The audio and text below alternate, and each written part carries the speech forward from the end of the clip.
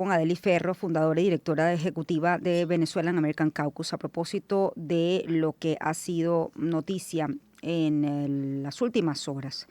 El fin del paro humanitario, cuál es el nuevo panorama para los venezolanos y si realmente es el fin. Buenos días y bienvenida, Adelis. Gracias por atendernos tan temprano en la mañana. Gracias a ti por la invitación, Shirley. Buenos días. Buenos días. Bueno, quise realmente tener una actualización porque entiendo que hay, bueno, hay distintas decisiones y informaciones y medidas con respecto al tema a los estatus migratorios o a las, diría yo, las formas en el que cada venezolano de alguna manera ha decidido estar dentro del territorio estadounidense. Pero también entiendo que hay acciones para evitar o parar estas medidas, ¿no? ¿En qué estatus están los venezolanos en este momento con respecto a los que tienen la medida del paro humanitario? La respuesta corta es no tienen paro humanitario. Según la decisión de la Corte Suprema que le otorga al gobierno de Donald Trump lo que aquí se llama el stay, que básicamente es eliminar la orden que había dado la jueza, la orden de emergencia que había dado la jueza que lleva el caso, para volver a poner en vigor el paro humanitario, que es importante decir que era poner en vigor el paro humanitario para las personas que todavía lo tenían. El paro humanitario dura 2 años Mm. y una vez que se te vence, pues no hay posibilidad de renovarlo. Eso fue lo que se decidió incluso desde la administración Biden, pero se les daba suficiente tiempo para que si las personas querían quedarse en los Estados Unidos de manera legal, pues buscaran otros beneficios migratorios. Lo que hace esta orden de la Corte Suprema es permitirle al gobierno poder eliminar el paro humanitario de raíz y dejar sin estatus no solamente a venezolanos, sino a cubanos, haitianos y nicaragüenses que aún tenían esa protección, que incluye un permiso de trabajo que dura hasta el último día de validez de tu paro humanitario. Eso ya no existe. Sí, independientemente de que se haya vencido, aunque estaba activo, ya no está. Ya no, es que Mm. exactamente, porque a los que se les había vencido, pues ya se les venció. Sí, pero lo que está activo, es decir, en teoría estaban protegidos por el paro humanitario, ya no tiene esa función ni ese Personas que efecto. tenían 8 meses en los Estados Unidos y Mm. que todavía le quedaba 1 mes y 2 meses, o 4 meses, perdón. O personas que tenían 1 año y que les quedaba 1 año. No. O sea, simplemente eliminado. Entonces, sin importar cuánto tiempo tuvieses en los Estados Unidos de esos 2 años, estás sin estatus. Y creo que es importante decir que esto es obviamente tenemos que respetar la decisión de la Corte Suprema y somos absolutamente respetuosos de la separación de poderes y de las órdenes que dan los tribunales y más aún el máximo tribunal de este país, pero la verdad es que lo consideramos injusto porque este es un beneficio que lo da el gobierno de los Estados Unidos. ¿Quién era el presidente cuando lo dio? Joe Biden, pero lo otorga el gobierno de los Estados Unidos. Entonces, sí, si no podemos confiar o estar tranquilo sabiendo que el mismo gobierno, después que cambia de presidente, va a seguir honrando los compromisos y los beneficios que había otorgado el gobierno que tú estás presidiendo, están cambiando muchas cosas en los Estados Unidos y lamentablemente no para bien. Mm.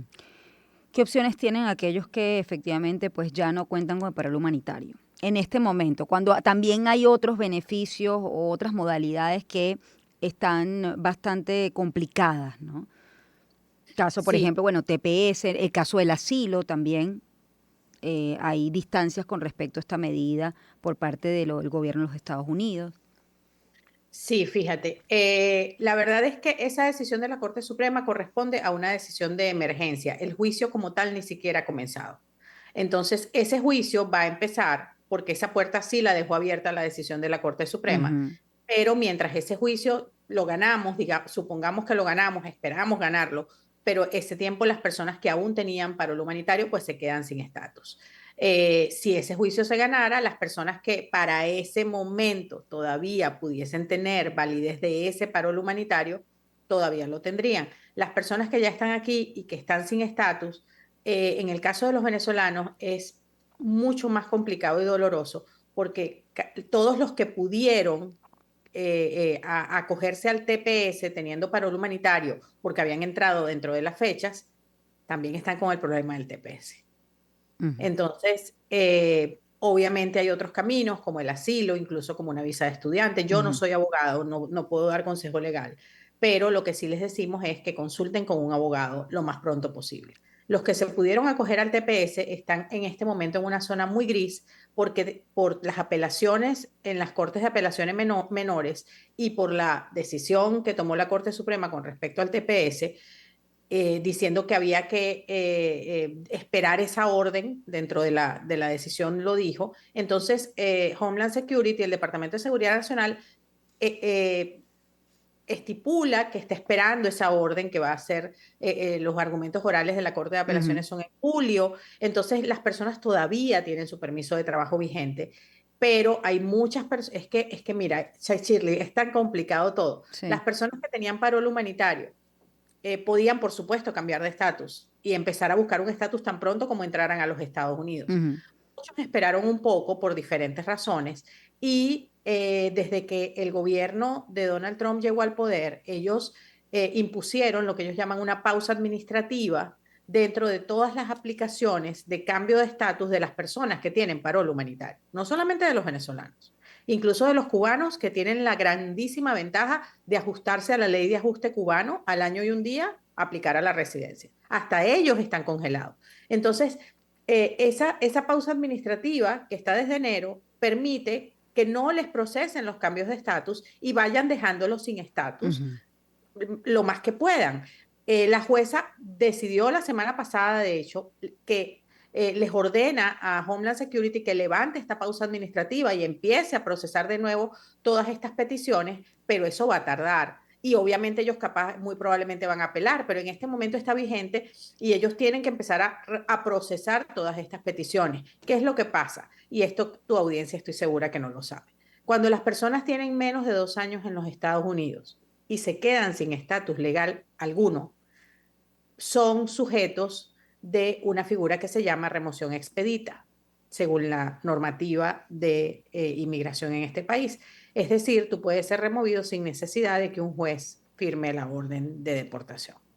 Entonces, muchas de las personas que tienen parol humanitario no tienen 2 años en el país. Y si esas personas se quedaron sin el parol humanitario en este momento y sin ese permiso de trabajo, y no tienen ningún otro beneficio migratorio andando, Mm, ser sujetos de remoción expedita en los ujú. Estados Unidos.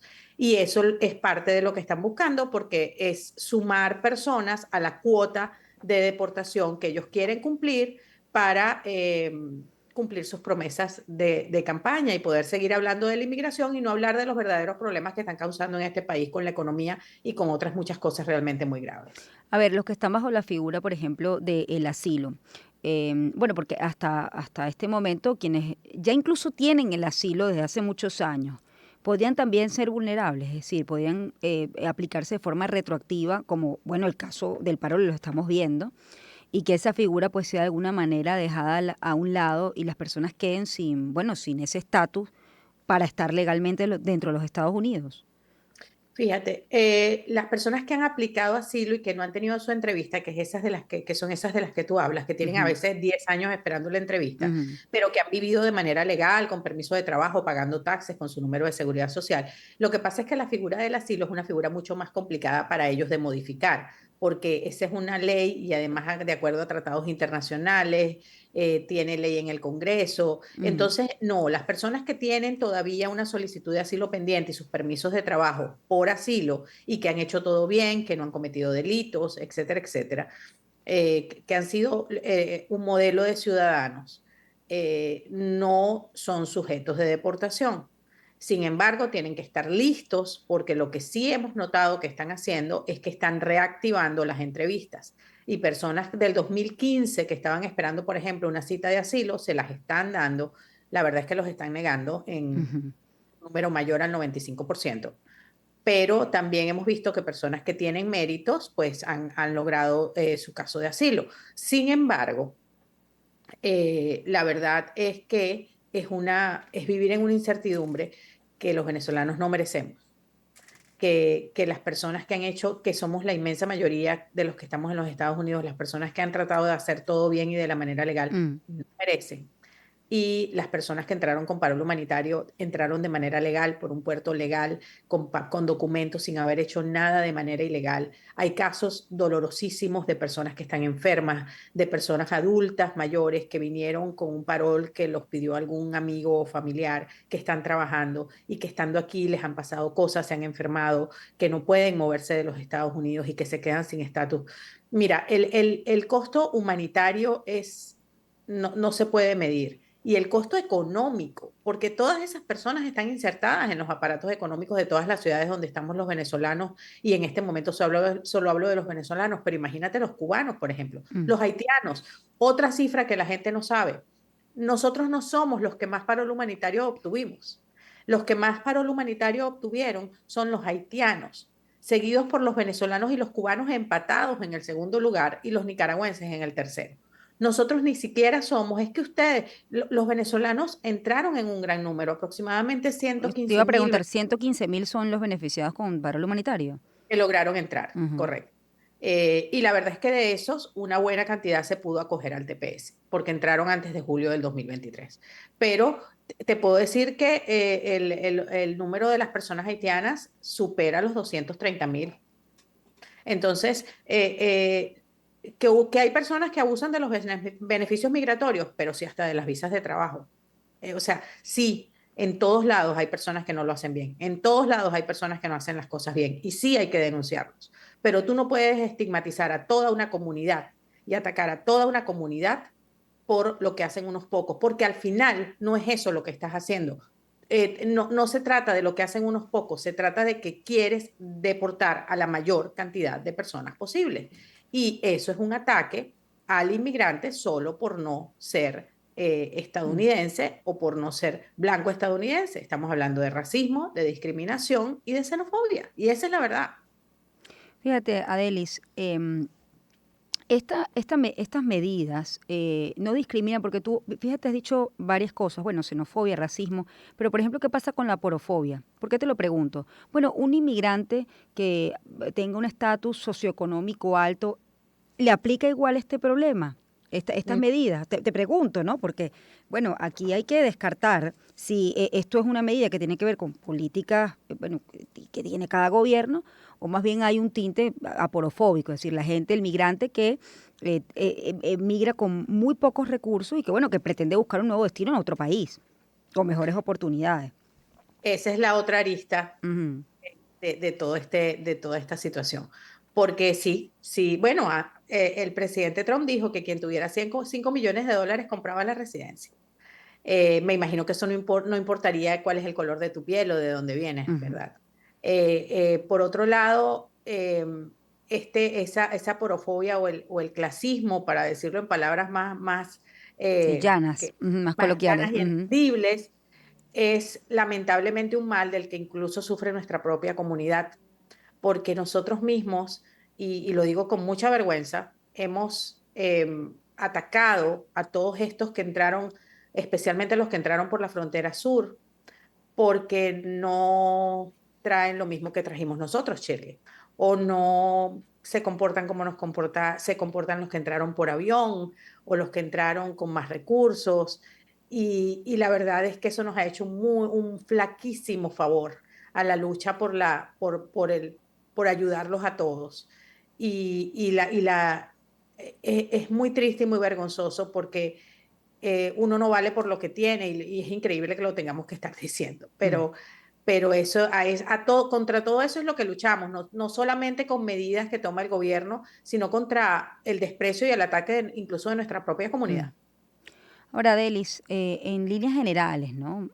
¿Cuántos venezolanos están hoy afectados con estas distintas decisiones que se han tomado?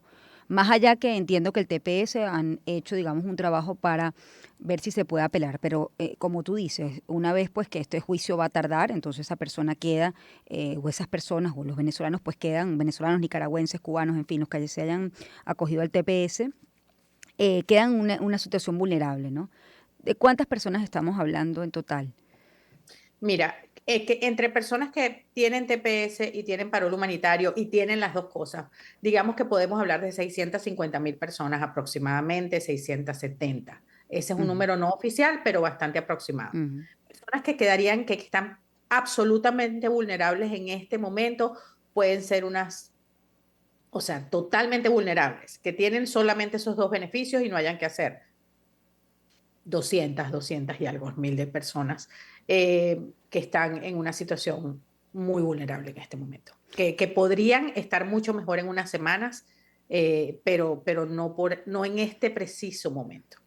Te agradezco mucho, Adelis. Adelis Ferro, fundadora y directora ejecutiva de la Venezuela American Caucus. Bueno, conversaremos nuevamente, ojalá. Ya se sabe con el paro humanitario, que bueno, es una decisión ya de la Corte, pero bueno, hay algo por lo que ustedes han introducido, pues todos los recursos para ver si puede detenerse el tema del TPS y bueno, ya eso será cuando el juicio den la oportunidad a ustedes de presentarse al juicio oral, ¿correcto?